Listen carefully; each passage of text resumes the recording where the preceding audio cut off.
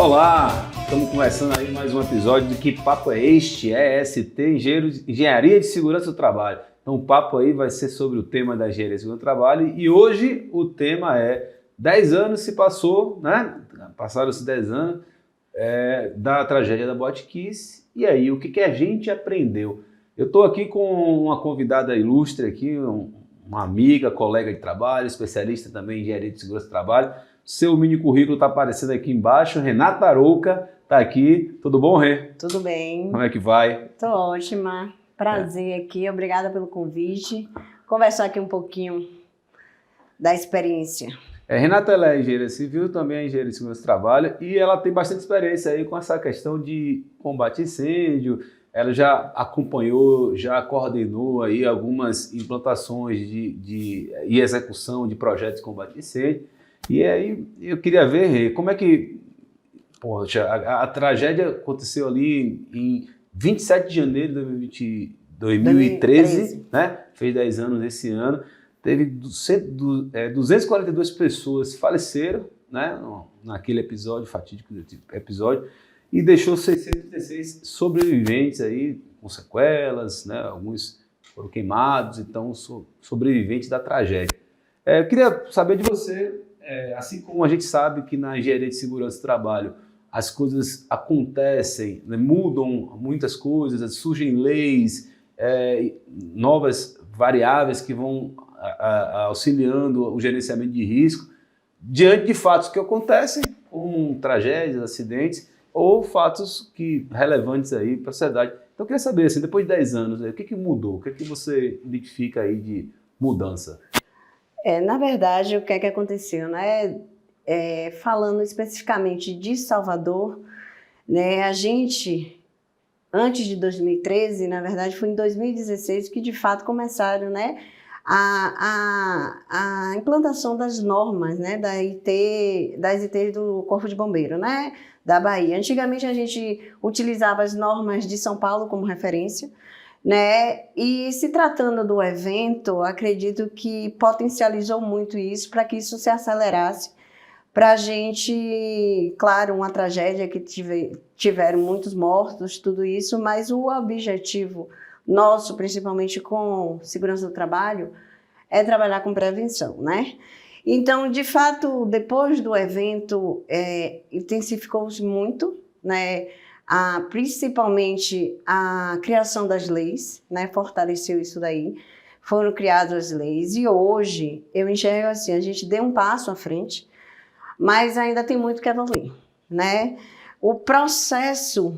Todo o processo da retirada propriamente dito do auto de vistoria do Corpo de Bombeiro, hoje perpassa por algumas etapas, né, que desde a etapa de projeto até a parte propriamente dita da vistoria, né, demanda também muito recursos financeiros, recursos principalmente para as edificações já existentes, né? Então, assim, hoje a equipe técnica do Corpo de Bombeiro não consegue abraçar Salvador, eu digo, tenho dificuldade, a gente tem dificuldade sim, e intensificar ainda mais as fiscalizações, né? O que é que acontece hoje? A gente solicita a vistoria e mesmo solicitando a gente demanda um tempo para que ocorra, né? Porque justamente a equipe técnica, o corpo técnico ainda é muito pequeno para a demanda que é muito grande, né? Então, assim, se tratando de novas edificações, o que é que foi o avanço que eu enxergo, né? Hoje, quando você entrega um empreendimento, entrega uma clínica, está condicionado ao ABITS, ou auto de vistoria de Corpo de Bombeiro, o AVCB, né? Ou seja, só tem ali a liberação, ali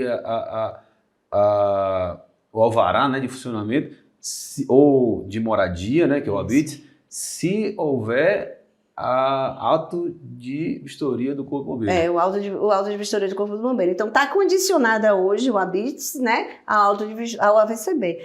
Então, assim, isso daí foi um avanço muito grande, né, que eu enxergo também como algo muito positivo. Então, hoje você já constrói de uma maneira já adequada, se adequando às legislações, né, tudo que está descrito lá nas ITs.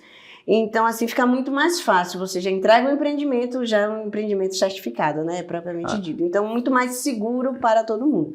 Mas tratando de edificações já existentes, antigas, aí que é realmente hoje um problema. Né? Eu estava acompanhando, né, quando aconteceu isso em 2013, e eu comecei naquela época, 10 anos atrás, lembrar assim, da minha adolescência e alguns anos atrás, quanto eu ia para locais muito parecidos com a Boate Kiss, né? E eu não sei se isso, hoje em dia, esses empreendimentos mais antigos, como você mesmo falou, depois de 10 anos, se ainda assim, né, tem uma rota de fuga, tem elementos não tóxicos, né, na composição, se existe aí essa atuação ou autuação dos agentes fiscalizadores, né? Você vem acompanhando essa fiscalização, se foi intensificada ou não, depois do episódio, ou você viu mais assim lá para 2016 e se isso vem intensificando? Eu de fato, com relação à área que não né, que hoje eu não tenho como referência, hoje eu trabalho sim na área hospitalar, né, mas assim, se tratando, eu acredito que quando teve o evento, chamou-se muita atenção, então começaram assim, mais fiscalizações, mas acredito que hoje ainda exista muito empreendimento de maneira irregular. Eu digo isso, supermercado, hoje a parte hospitalar, o que é que acontece? A Anvisa agora está também, o alvará da Anvisa está condicionado ao EVCB. Então, isso é um ponto favorável, né? Sim, é uma porque, condicionante. Assim, é uma condicionante, de fato, né? Então, as construções antigas, se tratando de grande público, né? Principalmente uma área hospitalar que demanda, assim, ali, vidas, né? Então, a gente precisa muito fortalecer essa cultura de segurança, né? Toda essa parte aí de sistema de combate a incêndio. E assim, não é fácil, né? Porque você ajustar um empreendimento já implantado com as normas vigentes é muito complicado, porque você vai ter, muitas vezes, fazer adequação de estrutura, às vezes você precisa abrir fogo para colocar detecção de fumaça, você precisa instalar, fazer rota de fuga, colocar compartimentação vertical, compartimentação horizontal. Então, assim, hoje existe uma dificuldade, mas existe uma IT própria, né, que é a IT 43, justamente que é a norma de segurança voltada para edificações já existentes, né? Então, assim, fazer o processo de adequação é um processo demorado e requer investimento também, né?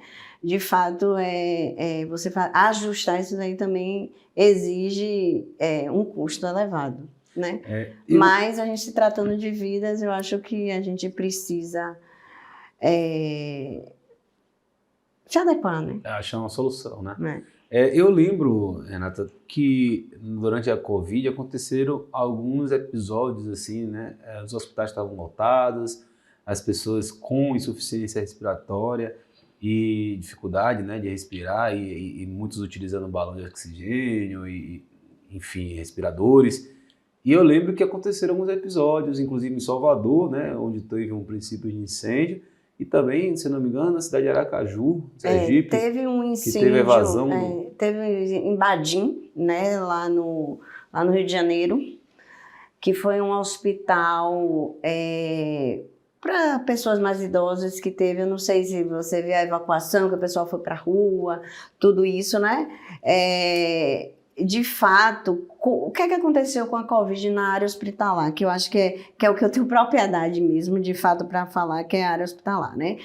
A gente precisava ajustar, a gente precisou comprar muito álcool gel. Aquela a gente precisava ter álcool gel. Então, de fato, a gente tornou o almoxarifado um ambiente periculoso. Então, era litros e litros de álcool gel, né?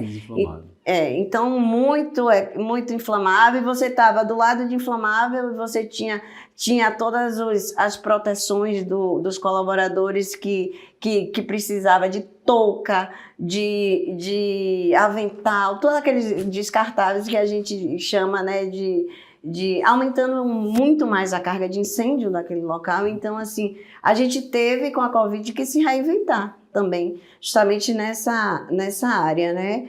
Eu emendei minha licença maternidade, né, com a Covid, e aí depois eu retornei para o hospital, já estava no período da Covid, e assim, eu tinha muita dificuldade, inclusive, para encontrar containers para armazenamento de inflamável, que eu precisava tirar aquilo de dentro do almoxarifado, né? Porque o pessoal estava alugando containers para colocar os monstros, para colocar as pessoas, né? Então, isso daí foi muito impactante. Mas aí a gente fez um projeto muito bacana, inclusive envolvemos Corpo de Bombeiro, né? A gente tirou licença dessas áreas que a gente considerava que eram áreas temporárias, né? E aí adequamos, colocamos extintores, fizemos todo um processo de segurança. Então, a importância de você ter um engenheiro de segurança envolvido nesse processo, também isso é muito importante, né? Uma equipe técnica de segurança do trabalho pensando, não só a gente, na Covid, os profissionais de saúde pensavam em salvar vidas, e a gente também pensa em salvar os colaboradores, né? A gente trabalha muito em prol, né, não só do paciente, mas também pensando muito nos nossos colaboradores, né? É cuidando de quem cuida, que é essa frase, né, que normalmente a gente fala na segurança do trabalho na área hospitalar. Na área hospitalar você está com trabalhadores que estão cuidando de pessoas e alguém tem que cuidar deles, Cuidar né? deles, justamente. Mas você viu uma evolução nesse sentido, porque eu, pelo que eu acompanhei, eu achei bem crítico, né? Você tem, geralmente, instalações bem antigas em hospitais que não contemplavam ainda todo esse regramento que é hoje de instituições do Corpo de Bombeiro, técnicas e tal. E você tem também situações que dificultam, como, por exemplo, locomoção, evasão, pacientes que estão acamados, que estão utilizando oxigênio, que oxigênio é um dos elementos do triângulo do fogo, que fomenta mais ainda, né, a capacidade de queima e tudo mais. E essa condição de você não ter uma rota de fuga desenhada, Então, assim, como é que está assim, o cenário hoje? Eu sei que você participou aí de implantação, conseguiu já retirar a VCB de hospital, coisa com muita dificuldade, mas foi possível. Como é que...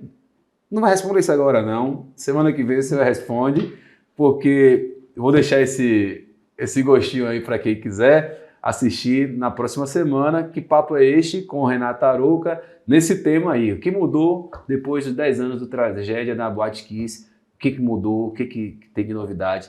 Renata, semana que vem a gente continua, tá? Tá certo. Até semana que vem.